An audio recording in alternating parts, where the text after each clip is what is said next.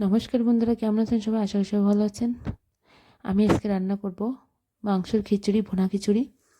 আর এটা রান্না করছি মুগ ডাল দিয়ে আর আতপ চাল দিয়ে। এখানে আমি 500 গ্রাম চাল নিয়েছি। চালগুলো ভালো করে ধুয়ে প্রথমে জলটা ঝরিয়ে নেব। আর এখানে আমি ডালগুলো খালি কড়ায় ভেজে নেব। প্রথমে ডাল আমার লাল লাল করে ভেজে নেওয়া হয়ে গেছে। এবার এগুলো ধুয়ে নিয়েছি। তারপর আমি কড়াইতে তেল দিয়ে দিয়েছি পেঁয়াজ কুচি। পেঁয়াজগুলো একটু হালকা করে ভেজে নেব। এবার আমি দিয়ে দেবো আদা রসুন বাটা। এবার পেঁয়াজ রসুন আর আদা ভালো করে ভেজে নেব। ভেজে নেওয়া হয়ে গিয়েছে। এবার আমি ধুয়ে রাখা চাল আর ডাল একসাথে দিয়ে ভেজে নেব।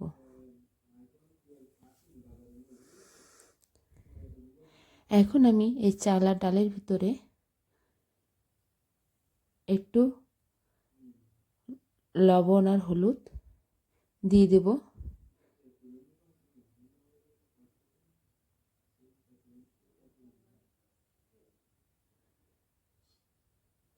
চাল ডাল আমার ভেজে নেওয়া হয়ে গিয়েছে।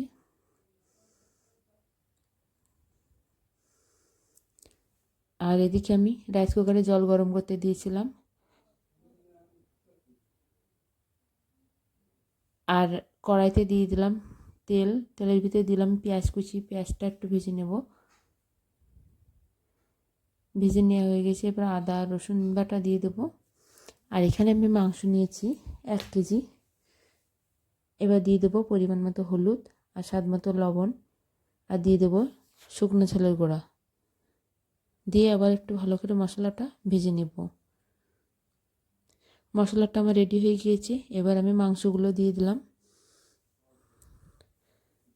তারপরে আমি দিয়ে দেব পরিমাণ মতো জিরার গুঁড়া আর মরিচের গুঁড়া। দিয়ে আবার একটু মশলার সাথে মাংস কষিয়ে নেব। মাংস এদিকে কষানো হবে। আর ওদিকে আমার রাইস কুকারে জল দেওয়া হয়েছিল গরমে। সেখানে চাল ডালটা দিয়ে ঢাকনাটা দিয়ে অন করে দিয়ে আসছি। আর তার ভিতরে আমি মাংসটা ভালো করে কষিয়ে রান্না করে নেব। মাংসটা রান্না করার শেষ পর্যায়ে দিয়ে দিলাম একটু গরম মশলার গুঁড়া।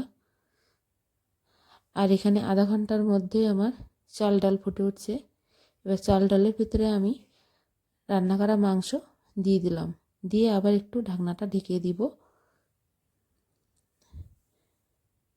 তারপরে আমি 10 মিনিট ওয়েট করার পরে আমার খিচুড়িটা রেডি হয়ে গিয়েছে।